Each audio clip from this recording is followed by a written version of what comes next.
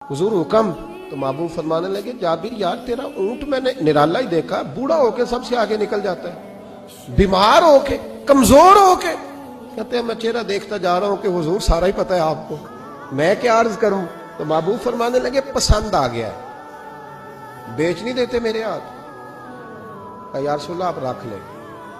हुजूर आपका ही है। फरमाया नहीं मैं पैसे दूंगा। कितने का है? कहा या रसूल अल्लाह आप रख ले। फरमाया पैसे दूंगा। या रसूल अल्लाह मार्केट में जाऊं तो 6-7 दिनार का बिकेगा। फरमाया नहीं भाई मैं तो पूरे 10 दूंगा। 6-7 नहीं, मैं तो पूरे हिसाब सीधा। 6-7 का क्या हिसाब हुआ, 10 पूरे का। हुजूर फिर बंदा नवाजी है ना, कौन बोल सकता है। हुजूर ने फरमाया बिलाल तेरे पास 10 दिनार थे। हुजूर हैं। फरमाया इनको दे दो, ऊंट के पैसे रख लो और माल ना मदीने जाके दे देना। जाबिर इब्न अब्दुल्ला कहते हैं मैं मदीने गया शाम को, मैंने ना कभी अपने ऊंट की इतनी खिदमत नहीं की जितनी उस दिन की। मैंने उसे बड़े प्यार से नहलाया, मैंने नई रस्सी खरीद के उसे नकेल डाली। आज महबूब की बारगाह में लेके जाना है।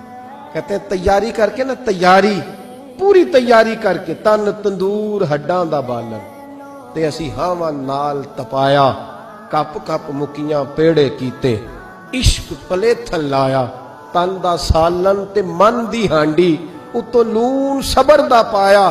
गुलाम फरीदा वे मैं सारी तेरी, तेनू अजे यकीन नहीं आया। कहते हैं उसे बड़े प्रेम से, बड़ी मोहब्बत से सजा के, सवार के, निखार के, तैयार करके मैं नबी करीम की बारगाह में लेके गया। जोहर की नमाज पढ़ के हुजूर निकले, मेरी तरफ देखा। मैंने कहा हुजूर पैसे ले लिए थे, ये आपका सामान है, माल है। कहते हुजूर ने नकेल थामी।